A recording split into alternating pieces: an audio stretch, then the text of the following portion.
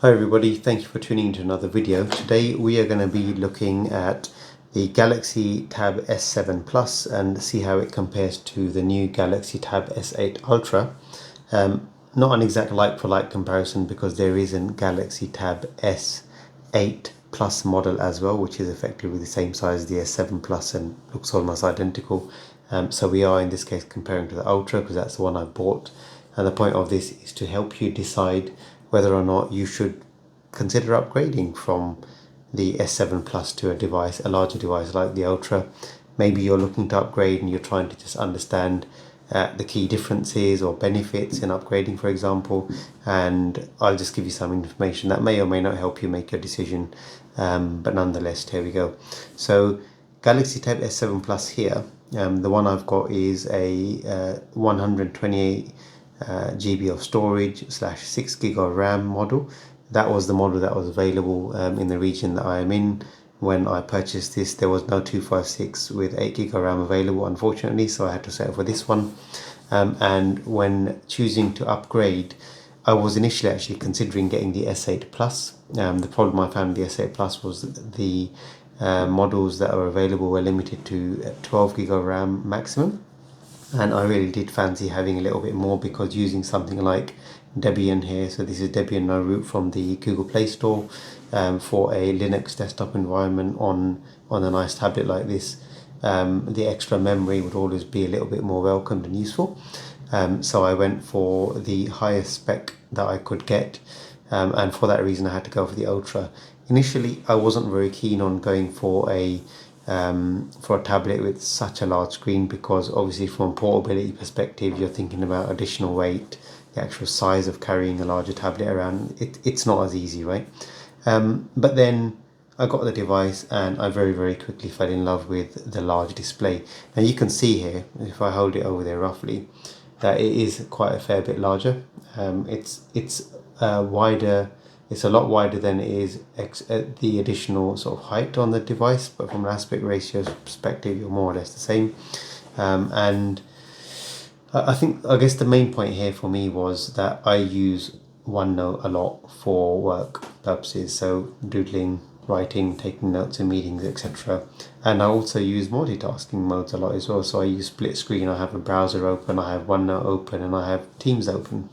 And on a larger display, that's a lot nicer because split screen on something like this versus split screen on something like this is actually, you wouldn't think it, but it's a big difference because you've got a lot more real estate here, higher screen resolution. That real estate gives you a lot more option in terms of multitasking and productivity whilst you're multitasking, in my personal experience.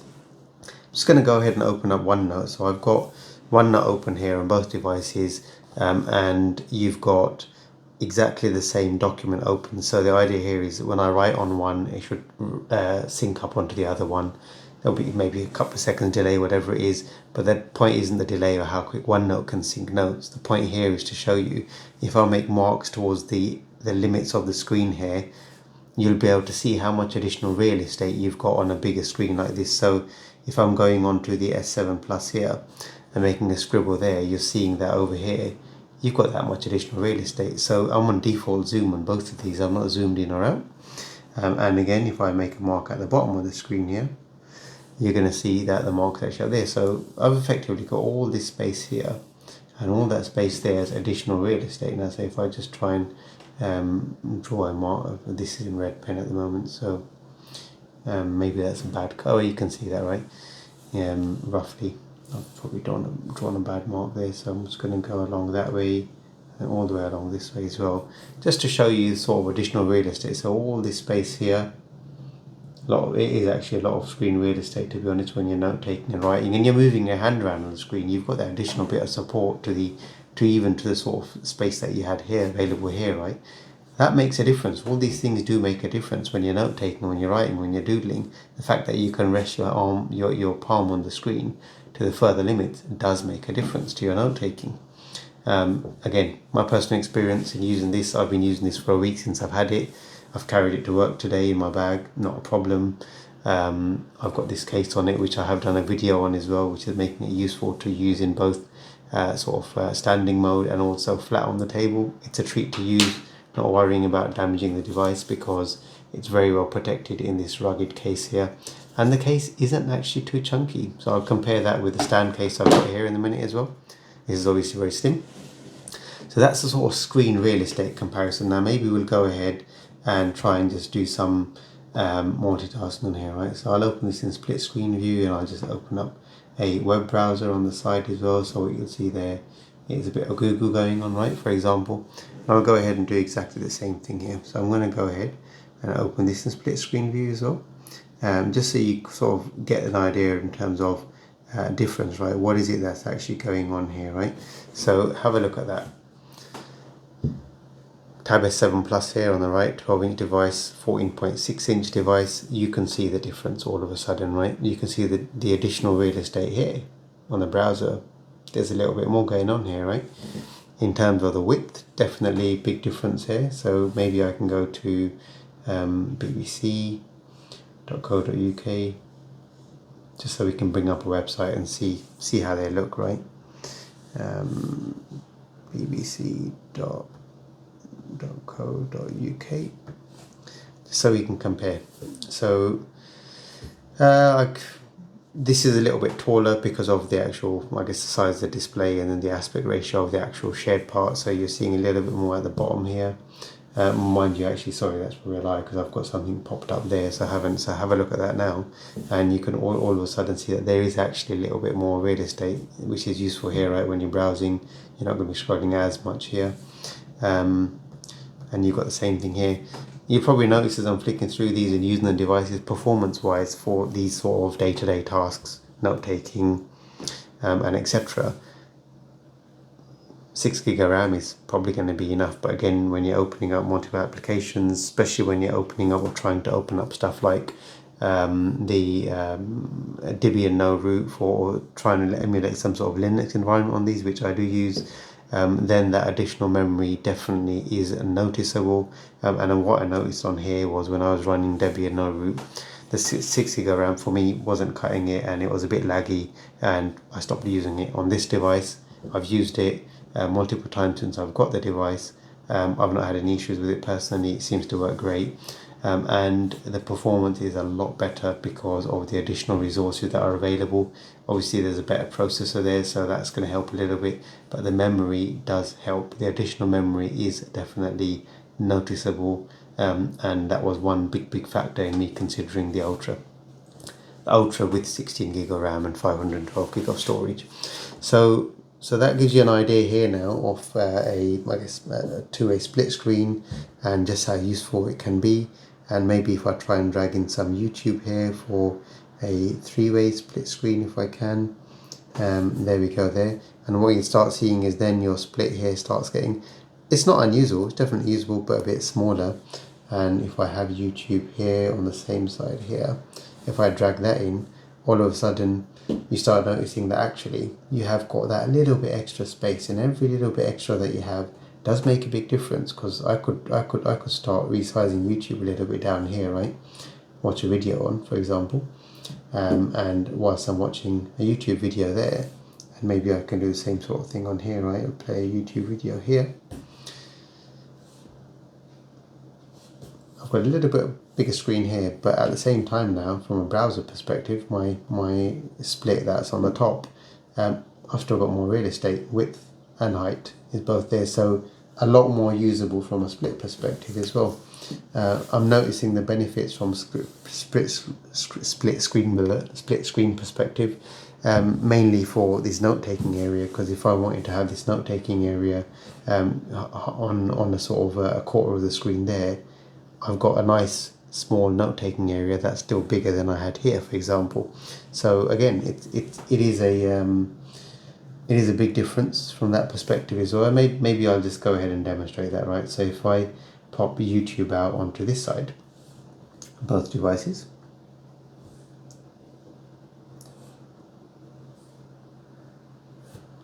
now you can see, right? You can see all of a sudden that I've got here. I'm trying to use a pen on both devices here, it's not working very well. So what you can see all of a sudden is now I've got some serious real estate now, right? Look what I've got here now. I can rotate these quite nicely to get my notes over here into a comfortable place. That's useful for the video. And if I switch it around again, now all of a sudden you can definitely see a difference here. So this note-taking area now is a lot more welcome. It's a lot larger, right? And that is definitely useful when you've got some emails or some other web page open up here. I've got a Teams meeting going on, so I'm getting a nice view of a Teams screen share there, and at the same time I'm taking notes. I can do all these three things at once on this device. I can do it on both of them. It's just a little bit more comfortable on the larger screen. So depending on your use, if you're doing a lot of multitasking, definitely welcome the additional real estate of the larger screen. Again, you've got to consider portability and whether or not it works for you. But in my personal opinion, the slightly higher resolution here and the additional real estate you're getting from a display like this, it definitely is. It's not a complete game changer, but it definitely does improve the productivity that little bit more. And that is my experience with these devices so far. Other than that, yes, when you're watching videos, it's no competition. You're always going to prefer a bigger screen when you're watching a video, and watching Netflix or something like this on this sort of a screen is absolutely fantastic. No complaints there whatsoever. Really enjoying the sort of viewing experience on here. In terms of just snappiness, again, no real performance issue with this device, to be honest, but overall this thing is just ridiculously fast. It's got a lot of grunt, and you can notice the 2 years that since this has come out, that this technology has moved on a lot, and even with the multitasking, you can see they're both pretty fluid, right? But this thing just has the edge. It is very, very fast. And I guess on the side of note-taking and pens and latency, yes, you can definitely notice the actual responsiveness of the two devices. Our eyes probably not sensitive enough to pick it up too much, but from a how it feels perspective, this is just ridiculously responsive. It's fast. I'm taking notes, and you can. It's pretty hard to, I guess, judge on the camera. There's some additional latency added in probably from the recording, but this thing is just fluid, and you can see the palm rejection also working very, very well. I think I've noticed from a palm rejection perspective, I've noticed less issues on this device than I did with this. I don't know if it's just because of the size and the way that I can more comfortably rest my palm on here. I don't normally use these pens that came with the tablet. I use the S Pen Pro here. From a latency, but I've got to switch that to S Pen mode rather than fold mode because I use it on my fold as well. So I use the S Pen Pro on this device a lot.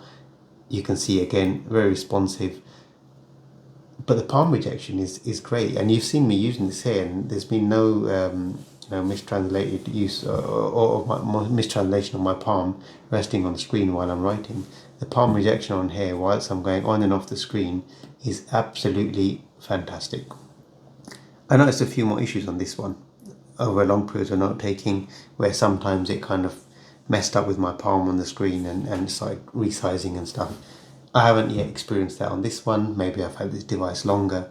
Maybe I'll experience the issues on here. Who knows? So far, I haven't had any issues. This one, I did have some issues. So there you go. Again, that's palm rejection stuff there. The pens, again, latency is a lot quicker on this, reported quicker. Statistically, this is faster. They both feel very, very quick anyway. That's definitely not a high lag on using pen input. You're not noticing any sort of lag on the pen input on this side, but it feels even more responsive on this. Yes, it is noticeable. It's ridiculously quick. Remote play, if you're playing games on a device like this, if you're using services like Xbox Game Pass or let's just go for Xbox Game Pass or PlayStation, the Remote Play PlayStation app for streaming PS4, PS5, whatever it is you're streaming. Wow, game streaming on a device like this, even for Steam Link, I've used it for Steam Link, and it's brilliant. It's I don't know if my Steam is running, but let's just have a look and see if it is. If it is, you'll be able to see some games there. It's very nice for Steam Link. You've got a really, really, really nice big screen there. So from a comfort perspective, it's very comfortable to view something on the larger device naturally anyway. So if you're playing games on these devices a lot, when you're using those streaming services, definitely a big bonus here. all day long, this wins over this because it's bigger, not because it's the sharpness is kind of irrelevant at that point because you're streaming anyway.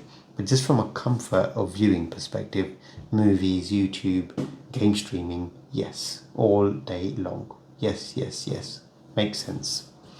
On the note of the pens, again, so this is the pen that came with the S8 Ultra. This is the pen that came with the S7 Plus.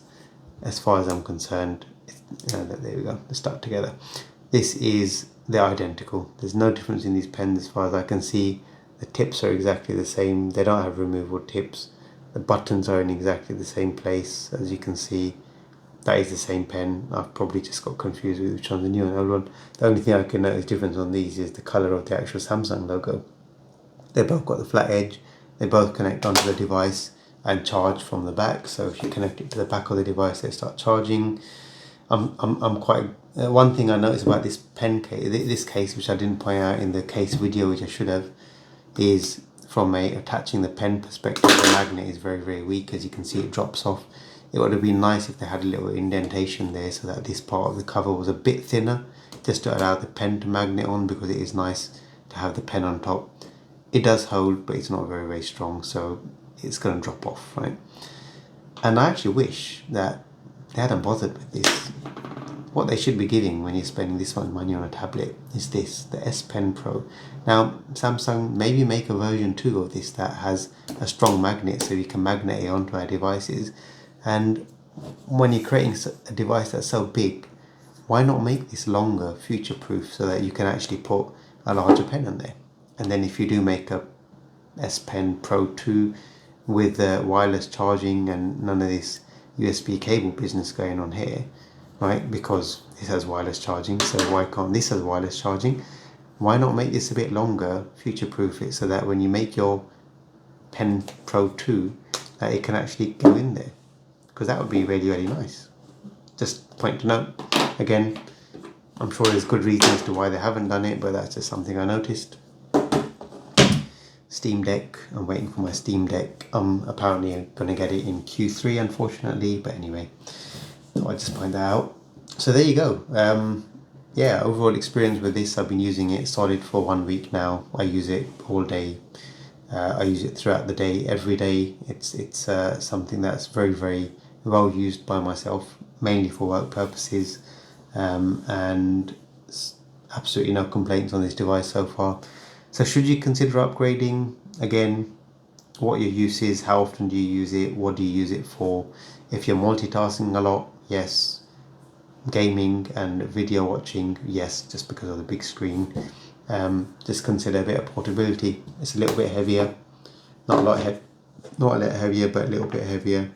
And if you are, I guess, throwing it into your rucksack, you're going to make sure you've got a nice padded sort of neoprene or one of those sort of super padded sleeves that you can effectively slide it into before you throw it in your rucksack, which is what I do, so that you're not destroying the device and protecting that gorgeous screen that you've got there. From a stand perspective, I did do a review on this. If you haven't seen it, go ahead and watch it. It's probably the best stand case that's out there for this device at the moment. It's a very new device on the market, but Samsung's original case, and it's not an extortionate price, by the way. I got very lucky. I paid £14 for this thing. I think retails £45–50 for it. But there was pre-order bonus to ordering some accessories, so I took it. Very well pleased with it. I don't even know if I'm going to take it off when the keyboard cover comes, to be honest, because this suits my needs. Keyboard cover is coming for free. And this stand case here, you can see here, right, is extremely thin because there's not really much to it. But if I put them side by side, yeah, it's a bit thicker, but the sort of protection it offers and the fact that it's got a built-in stand without this thing going on here that's wasting space or real estate on your table while standing up, I prefer this. This is a lot nicer. The only downside is obviously this one, when you close it, your screen is nicely protected. You don't have the luxury or something like that here. And one of the nice things I did with this was you can actually keep the pen inside, but that is needed on this device because if the pen is on the back and you're flinging this into your bag, your pen is going to fall off. It's not going to stay there, unfortunately. And on the case like this, the benefit is that the pen actually clips in. It's got this little clippy thing here, and that keeps the pen in very, very secure. So that keeps the pen in place all day long. In fact, I've not actually removed the pen since I've got the device, because I'm not using the pen, I'm using the Pro. But when I do have it flat on the table, I don't have any issues with it, because that clip is even protecting the pen and it's actually keeping it off the table to a point where even when this is flat, that pen is not actually touching the table. So it's not getting scuffed up, it's not getting damaged, it hasn't got a mark on it. And so therefore, just in case I forget this one, I've got that pen, spare pen at the back. It's charged up, it's ready to go. I don't need to worry about it not being there. So there you go, that's my experience with these speakers. Just as good as this one, if not a bit better. Really, really good speakers, great microphones on there, using it for meetings, no issues. USB-C ports in the right place, as it was with the other one on the side. So when it's standing up like this, charging it from the side is not a problem. Cameras in the front, I don't really use them even on meetings. I don't turn the camera on, but you know, they're there if you want to use them. No issues with quality. I have messed around with it. Great cameras. So there you go. The video's getting on a bit now, so I'll end it there. If there's any questions you have with regards to the two devices, please feel free to ask them in the comment section below, and I will try to answer them for you. Other than that, if you've enjoyed the video, please leave a thumbs up, and if you haven't already done so, hit the subscribe button in the bottom right hand corner. Thank you very much for watching. Take care and all the best.